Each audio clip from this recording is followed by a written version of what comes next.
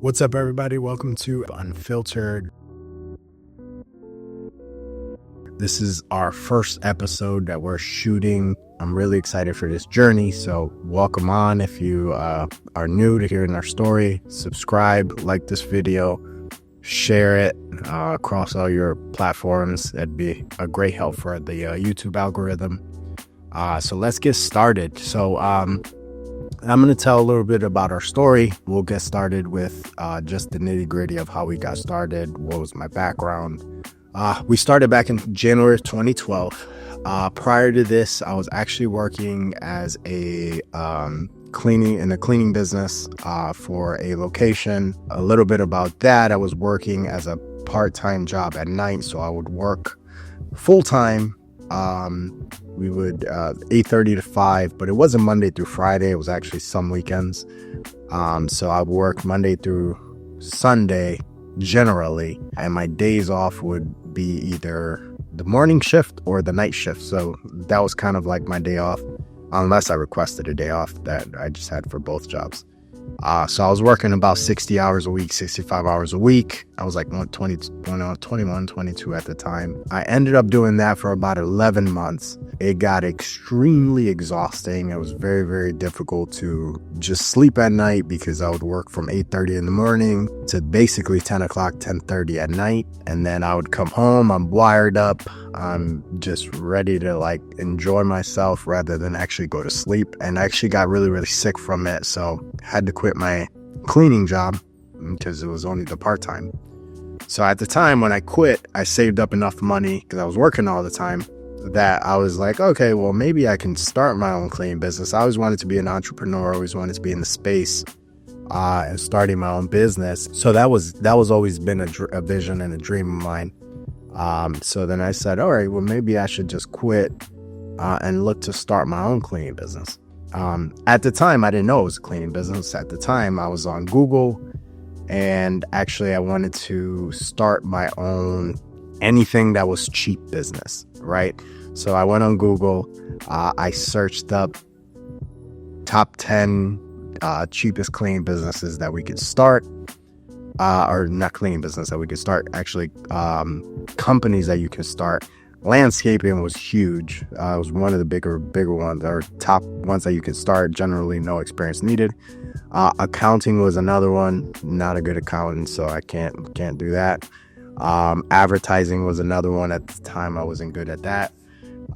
Cleaning business was another one. And all of them, I was like, well, the cleaning seems like it's going to be the most cost effective, because with landscaping, which I like the idea of landscaping, I actually like to get out there and cut the grass. I love lawns and stuff, but lawnmowers are not cheap, right? And then you would need a trailer or a pickup truck. At the time, I had a Honda Civic hatchback. So, looking around, I'm like, okay, cleaning is what I know. I buff floors. That's what I was doing. The hardest part was actually floor care. That's what I was actually doing. So I was like, well, this is going to be a cakewalk because I already know the hardest of the hardest: carpet cleaning, stripping and waxing floors. So I was like, man, cleaning is just going to be a cakewalk. And I could do it with about $250, buying a mop bucket, buying some brooms, buying some trash bags, some rags. So that was kind of like what was my brain. So when I saw the cleaning service on Google, I literally got in my car. I went to Home Depot. I bought mop buckets. I bought one mop bucket. I bought a broom, some cleaning agents, rags, and then I hit the ground running. So I got home with all this stuff, and I was just like, okay, what do I do next? So at the time, there was no ChatGPT, there was no nothing. So I went into Google, and I'm just like, okay, got to create a website. Started learning the ins and outs of that. My girlfriend at the time, my wife now, was into coding a little bit. So she actually coded a really rinky-dink website. That was the first time she actually coded. So you can imagine being your first website. And turns out years later, that was my website until 2018, from 2012 to 2018. So it shows how much we've grown and that website actually came a long way up until 2018. So it doesn't matter how you start, it just matters how you finish. Right from that, we started just a website. It took a few months for us to get our website going. And my wife was actually working at the time full time, so we just did it over the nights. And while we're working on the website at night during our part-time time off, I was still working my day job. Basically, we would either be working on the website or be researching. And a lot of our research was actually customer acquisition research. So how do I get a customer? How do I get clients? I was on Google. I was watching a lot of YouTube to learn from other people on how they built their business, how they were doing. The biggest thing that I started to do, I would sit in the library. I would, on my days off, because I quit my second job. So now when I had a day off, basically I would go to the library, I'd research, I'd do more research, and just had quiet time there. And it was good for me because at home, I felt a little bit more relaxed and not wanting to do it. So when I went to the library, it put me into work mode. So that was huge. That was like a brain hack for me. So I would write out a bunch of handwritten letters, and I would mail them out literally to a bunch of local small firms. Like, they could be accounting firms, they could be law firms that were small. I mean, I'm talking about, could be $150 to $400 a month, once a week type of clients. Had no much success on that, but it did have some traction. With that, we were able to, at just people reaching back out to us and say, oh, this is great. I've never gotten this before. Like, this is awesome. Keep it up. We don't need your service, but this is great. It's awesome to see local people actually caring and sending out. So bunch of great feedback, but no actual clients. So we were doing this for myself. I was doing this for months and months and months, and generated nothing. So then I ran into something online where it says, Google My Business, free, local. So then I started going on to the Google My Business, started that up, got some traction over the course of some time, but it didn't pick up in the beginning. So fast forward to this was going on for about a year and a half or so, where every day off I was in the library just researching, and then at night, just putting in the work, just basically studying, learning, doing as much as I could to learn how to get customer acquisition. All of this time, I was literally learning how to acquire a customer.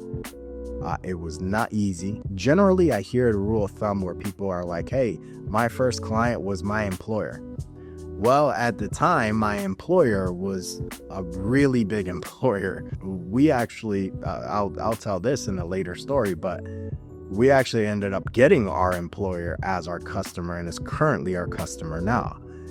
But at the time of starting, that client was way too big. It's a whale client, I guess some of you would call it. So that was not going to be our first customer. It was just too difficult. They did play with the idea maybe like a year or two after, maybe about 3 or 4 years after we got started. But even then, we were just too small to actually take on that type of project. It would have just not been good for us at the time. Now it's a cakewalk, we'd like to call it, but at the time it wouldn't have been without the team. So fast forward a year and a half, still doing that, still no success, but Google My Business did get some traction. We were getting some type of calls. They were mainly in the residential space. When we got started, we did residential, commercial, all of that, but that wasn't necessarily working out really, really well because when we get a residential call, it was just harder to maintain, to do everything. So I ran into someone on YouTube. I saw them. They were like, hey, I just basically work off of office cleaning at night, 5 to 10, Monday through Friday. And I said, wow, what a great thought process to have and put in place, because now On the weekends, you don't have to worry about going to work. And then Monday through Friday, all you got to do is worry about jobs that are Monday through Friday, 5 to 10. So during the day, it didn't affect my day job. So that was great. Then I didn't have to worry too much, because if I had to do it at night from 5 to 10, I was doing that for 11 months prior, a year ago, at the time. That's how my thought process was. So then that was great. So I was like, all right, that's what we're going to do. Just offices, Monday through Friday, 5 to 10. That's it. If it's once a week, 3 times a week, 5 times a week, that's what we were doing. And also, once I dialed that in, they also said you have to make a decision. Do you want to do the work, or do you want to outsource the work? And by outsource, it could be subcontracting. It could be you just hiring a W-2 employee. Whatever the case may be, that could be the avenue that you actually take, whatever you want to do. For us, it was basically hiring a W-2 employee, outsourcing everything to them, and managing the customer and the account the way that it is, and the employee. So we ended up looking for those types of accounts, and that made it easier. I was scraping some data on a website, in a local library. One of our mentors, Score at the time, was helping us with scraping some data where you can get some emails, you can get some addresses and all that stuff. So that was actually very, very helpful, because it was able to get us with decision makers. And then turns out, this is probably now going into year 2 of doing this. So I was building up a lot of just emails on our Google Docs. We were just Google Sheets. We would save everything, all our content, our emails, people's names, phone numbers, all of that good stuff. So going into year 2, my first client starts to come in. And this first client was actually my wife's employer. At the time, she worked for a jean company, and their warehouse was not happy with the services that they were getting. So they reached out to the head office, and then my wife was friends with the person that they asked to find a cleaning company. So then they're like, oh, we got to find a cleaning company because they're not happy with the one that was at the warehouse. So then my wife's like, oh, my husband has a cleaning company. You should just call him and he'll get you set up. So then turns out my wife texted me and said, hey, they're looking for a cleaning company. Like, it's the warehouse. It's Monday through Friday. I was like, oh, wow, what a phenomenal way. Like, Monday through Friday. This was actually in the morning. It was not in the evening. But since I was hiring from the beginning, I was going to hire an employee. It was okay, because I could still keep my job. The employee can go to work, and it worked out well. We ended up getting the account because they're like, oh, okay, well, this works well. It was Monday through Friday. It was 2 hours. I think it was like 10 to 12 or something like that, which at the time I thought was great. Now I look at it like that's just not so great, because it makes it hard to find somebody to work 2 hours during the day, right? People need full-time jobs and part-time jobs and so on and so forth. So it turned out that I actually had a good employee there, and she was there for, I think, 11 months, maybe a year. So it worked out really well, super easy. We cleaned the kitchen, cleaned the office, cleaned the restrooms. We didn't do anything in the warehouse. So very, very basic, easy job. And to find that employee, I just put a job on Indeed, a post, and she worked out well. She was a stay-at-home mom, just needed a couple hours during the week to supplement a little bit of the income, and it didn't take up her whole day. So it worked out very well. We hit the ground running. That was our first account, first employee. Then after a few months of that, we got our second account, which this was, I would like to call, our biggest account. And this one actually made me quit my job. So this one gets into the nitty gritty, right? So this account actually made me quit my job because it was making enough of an income that replaced my income. So I think at the time this account was like $3,400 a month.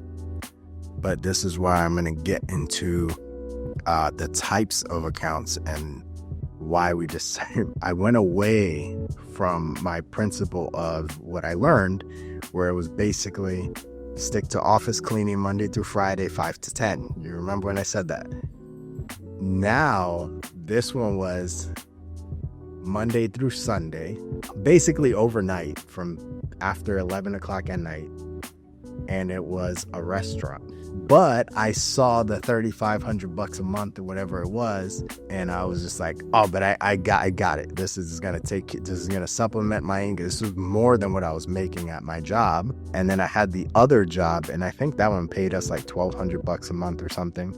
But after I paid the staff and stuff, it wasn't that much. But it was just kind of like, okay, I can do this with this night job. Supplementing with the W-2s, I was able to supplement my income essentially. We were doing that. That was a complete disaster from day one. Just very hard to please the client. Had to do floors. The floors are full of grease, so just the process of cleaning out the grease, cleaning out all of that stuff was just a complete disaster. So after maybe about 2-3 weeks, I went through like 3 or 4 people.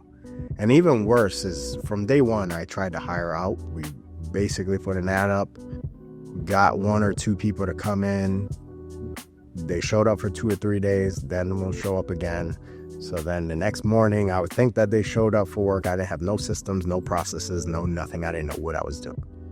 But after a couple days, they wouldn't show up. Then the customer would call me and say, nobody showed up to clean my guys. So it was just a complete disaster. This was like my introduction to the cleaning industry. And I remember waking up one day where they're like, we have to meet. And I woke up so stressed out, or after I woke up, I was so stressed out. I was like, if this is what the cleaning industry is all about, like, I don't want nothing to do with it. And after that meeting, that was like 2 months in or a month and a half in. After that account lasted 3 months. And that was the longest 3 months of my entire life. But that helped me understand that those were not the types of jobs that I needed to get into. And I knew it prior to it, but I let the amount of money that we would have made there skew my decision. And I would advise you guys that if you're ever in that situation, don't fall in love with what it could do. Stick to your morals, stick to what you believe in and what you think is going to be best for your business. Don't necessarily take jobs because of the money or because of what it could do for your business or whatever the case may be. Even for the bigger companies, say if you're doing maybe $50,000 a month, don't take that next big job because you feel like this is going to push us to the next level. There are so many things that can happen that those big jobs can derail your business, and payment would possibly be one of them. And if you don't think that somebody big enough will not pay you, I have hospitals not pay us. So you could be completely mistaken. Stick to where you are, continue to grow at that pace. Don't ever put yourself in a situation where you can really hurt your financial future, your family's financial future. I've seen it all. And I've taken some of those, I'm telling you from experience, because I've taken some of those where I'm like, no, this is going to push my business to the next level. And then it's cost us tens of thousands of dollars. Now, luckily for me, we have a separate business, and that can help when you have situations like that, because it's like, okay, I have another business and, you know, it won't hurt me as much and so on and so forth. But if you're not in that situation, I mean, I wouldn't gamble as much. Definitely something along you got to do it by groups. The way that I think about it is just by groups. If you have 10 clients that are doing $500 to $2,500 a month, perfect. Maybe now you could start adding a group that's $2,500 a month to $5,000 a month, you know, and then you got 10 of those, and then so on and so forth, and you can keep building from there. But if you stay structured like that, that's going to help your business, because it keeps you where you need to be. But if you start taking on too many different things, oh, this is an event space, this is a restaurant, your brain is going to be everywhere, and to manage that is going to be a complete disaster. So I would advise you guys to stay at home with what you're doing and continue to scale at that pace and gradually. You could do mergers and acquisitions, but that you guys are, if you're small, you know, you can't really tap into that because you could get burned as well. This was a little bit of my first and second account. So super excited for the first episode. Tune in next week. Looking forward to the second episode. We're going to talk about the next couple of accounts and where our story went from there. So looking forward to seeing you guys. Like and subscribe and share this video. See you next week.